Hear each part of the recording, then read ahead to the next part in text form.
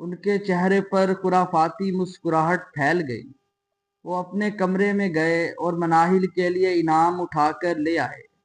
انہوں نے سارے اسکول کے سامنے مناہل کے گلے میں میڈل بھی ڈالا اور اسے انعام کے طور پر 5,000 کی نقدی رقم بھی دی۔ اور مناہل اور نور الدین دونوں ہی حیران تھے کہ آخر وہ اتنی مہربانی کیوں کر رہے ہیں۔ در فشاں کو بھی غصہ آ رہا تھا، لیکن وہ جانتی تھی کہ اس کے پیچھے اس کے باپ کی کوئی پلاننگ ضرور ہوگی۔ سارے اسکول کے سامنے مناہل کی عزت افزائی ہوئی تو اسے بڑا ہی اچھا لگا۔ سر عبداللہ نے بھی اس کے سر پر ہاتھ رکھ کر اسے ڈھیروں دعائیں دیں۔ ان دنوں میں انہیں اتنا تو معلوم ہو گیا تھا کہ وہ بچی سچ مچ میں محنتی ہے، اسی لیے انہوں نے اسے سزا بھی نہیں دی تھی۔ صبح صبح ہی رزلٹ اناؤنس ہوا تھا، اسی لیے سارا دن سب بچے اسکول میں ادھر سے ادھر کھیلتے رہے۔ ابھی دوسری کلاس کچھ دنوں بعد ہی شروع ہونی تھی۔ مناہل اکیلی ہی گیلری میں بیٹھی تھی کہ اچانک سے اسکول میں شور مچ گیا کہ نور الدین نے پرنسپل صاحب کے کمرے سے ان کی قیمتی گھڑی چرا لی ہے۔ جیسے ہی ایک لڑکی نے آ کر مناہل سے یہ کہا تو اس کا دل دھک دھک کرنے لگا۔ اسے احساس ہونے لگا کہ اس سب کے پیچھے بھی پرنسپل سر کی ہی کوئی نہ کوئی چال ہوگی۔ نور الدین کو سارے اسکول کے سامنے بے عزت کیا گیا اور وہ گھڑی بھی واپس لے لی گئی جو جان بوجھ کر اس کی جیکٹ میں ڈلوائی گئی تھی۔ اس بات کو بنیاد بنا کر نور الدین کو نوکری سے نکال دیا گیا اور سارے اسکول کے سامنے مناہل سے یہ کہا گیا کہ ویسے تو پڑھائی میں بہت اچھی ہے، لیکن اس کے باپ کی اس حرکت کی وجہ سے وہ اسے اسکول میں نہیں رکھ سکتے۔ سارے اسکول کے سامنے پرنسپل صاحب اچھے بن گئے اور باپ بیٹی برے بن گئے۔ وہ روتے ہوئے اپنے گھر آئی۔ اس دن ہی مناہل نے ٹھان لی کہ وہ اپنی زندگی میں کچھ کر کے دکھائے گی۔ دن پہ دن گزرتے چلے جا رہے تھے۔ مناہل نے پڑھائی آگے جاری رکھی۔ اب اس نے ایک دوسری جگہ پر ایڈمیشن لے لیا تھا۔ وہ دل و جان سے پڑھ رہی تھی۔ اسے ایک ایسی جگہ پر ایڈمیشن ملا تھا جہاں پر اس سے فیس نہیں لی جا رہی تھی، کیونکہ اس نے 10th کلاس میں ٹاپ کیا تھا۔ وقت بڑی تیزی سے گزرتا جا رہا تھا۔ وقت تو ایسے گزر رہا تھا کہ جیسے اسے پر لگ گئے ہوں۔ مناہل نے بڑے اچھے نمبروں سے FSC بھی پاس کر لی اور اس کے بعد انٹری ٹیسٹ دیا جو کلیئر ہو گیا۔ پھر اسے ڈاکٹری کے کالج میں ایڈمیشن مل گیا۔ اس کے ماں باپ چاہ رہے تھے کہ اس کی شادی ہو جائے، لیکن اس نے کہا کہ وہ اپنی ڈگری کمپلیٹ ہونے کے بعد ہی شادی کرے گی۔ اس کے لیے بہت سے رشتے آ رہے تھے، لیکن اس نے سوچ لیا تھا کہ وہ کسی ایسے شخص کو ہی اپنی زندگی میں شامل کرے گی جو اسے اپنی ساری خامی اور خوبیوں کے ساتھ قبول کرے۔ ویسے تو اس میں کوئی خامی نہیں تھی، ایک غربت کی خامی تھی جو اب دور ہونے لگی تھی، کیونکہ وہ ایک ڈاکٹر بننے والی تھی۔ وقت گزرتا گیا۔ 3 سال تو پر لگا کر اڑ گئے اور اس نے 3 سال ڈاکٹری میں بھی گزار لیے۔ اب بس 2 سال ہی رہ گئے تھے اور اس کے بعد اس کی پریکٹس شروع ہونی تھی۔ اس کے لیے ایک وکیل کا رشتہ آیا تو اس کے ماں باپ نے وہ ایکسپیکٹ کر لیا تھا کہ وہ ایک اچھا انسان تھا۔ بہت جلد اس کی شادی بھی ہو گئی، حالانکہ وہ چاہ رہی تھی کہ پہلے اس کی ڈاکٹری کمپلیٹ ہو۔ وہ اپنی زندگی میں سیٹلڈ ہو گئی۔ اس کی محنت رنگ لے آئی تھی اور وقت تو بس ہواؤں میں اڑتا جا رہا تھا۔ وہ اپنی پریکٹیکل لائف میں آ گئی اور پھر آہستہ آہستہ اس کی ڈاکٹری کی بھی پریکٹس شروع ہو گئی۔ وہ ایک ہاسپٹل میں ڈاکٹر کے طور پر پریکٹس کر رہی تھی۔ مناہل ہاسپٹل میں اپنے کمرے میں بیٹھی تھی۔ اس کے سر میں درد ہو رہا تھا، لیکن ڈیوٹی ٹائم ابھی ختم نہیں ہوا تھا اور اسے یہ منظور نہیں تھا کہ وہ ڈیوٹی کیے بغیر ہی چلی جائے۔ پھر جیسے ہی ڈیوٹی آور شروع ہوئے، تو وہ کمرے سے باہر نکل آئی۔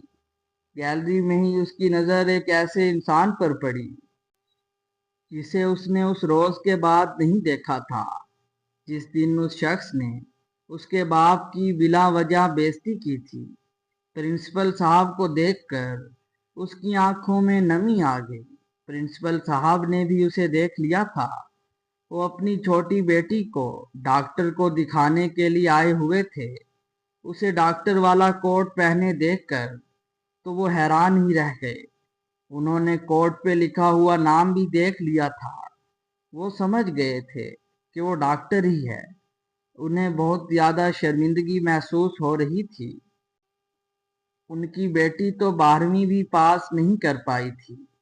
اسے دیکھ کر پرنسپل صاحب کو احساس ہو گیا کہ جو محنت کرتے ہیں ان کی محنت کبھی رائے گاہ نہیں جاتی، بھلے ہی ان کے پاس پھوٹی کوڑی بھی نہ ہو۔ انہوں نے دل بڑا کر کے مناہل کے سر پر ہاتھ رکھا اور اسے دعائیں دی۔ مناہل در فشاں کے بارے میں پوچھ رہی تھی تو وہ کچھ نہیں بتا رہے تھے، مگر اس کی چھوٹی بہن بولی تو در فشاں کے سارے راز باہر آ گئے۔ وہ در فشاں سے پورے 12 سال چھوٹی تھی۔ اسے نہیں پتا تھا کہ مناہل اور در فشاں کے درمیان کیسے تعلقات رہے ہیں۔ اس نے پرنسپل صاحب اور ان کی بیٹی کو لیا اور دوبارہ سے اپنے پرسنل روم میں آ گئی۔ اس نے بڑی خاطر و مدارت کی۔ پرنسپل صاحب تو شرم میں ڈوبتے چلے جا رہے تھے۔ آخر میں جاتے ہوئے ان کے ضمیر نے انہیں اتنا مجبور کیا کہ وہ اپنے اسٹوڈنٹ کے سامنے ہاتھ جوڑ کر کھڑے ہو گئے۔ ان کا اتنا ظرف تو نہیں تھا کہ وہ اپنی غلطی کا اقرار کر پاتے کہ انہوں نے جان بوجھ کر اس کے باپ کی جیب میں گھڑی ڈلوائی تھی، لیکن پھر بھی اس کے سامنے ہاتھ جوڑ دیے۔ انہوں نے کچھ بھی نہیں بولا۔ تو مناہل کو ایسا لگا کہ آج اس کے سارے بدلے پورے ہو گئے ہوں۔ اس کا دل تو نہیں چاہ رہا تھا کہ پرنسپل سر کو معاف کر دے، لیکن دل بڑا کر کے اس نے اوپر سے انہیں معاف کر دیا۔ اس کا سر فخر سے بلند ہو گیا تھا۔ آج وہ کامیاب ہو گئی تھی اور کوئی اس کا کچھ نہیں بگاڑ سکتا تھا۔ سچ ہی کہتے ہیں کہ جب انسان محنت کرنے پر آئے تو کوئی بھی اسے نہیں روک سکتا، لیکن اگر محنت نہ کرے تو کوئی بھی اسے ہاتھ پکڑ کر آگے نہیں بڑھا سکتا۔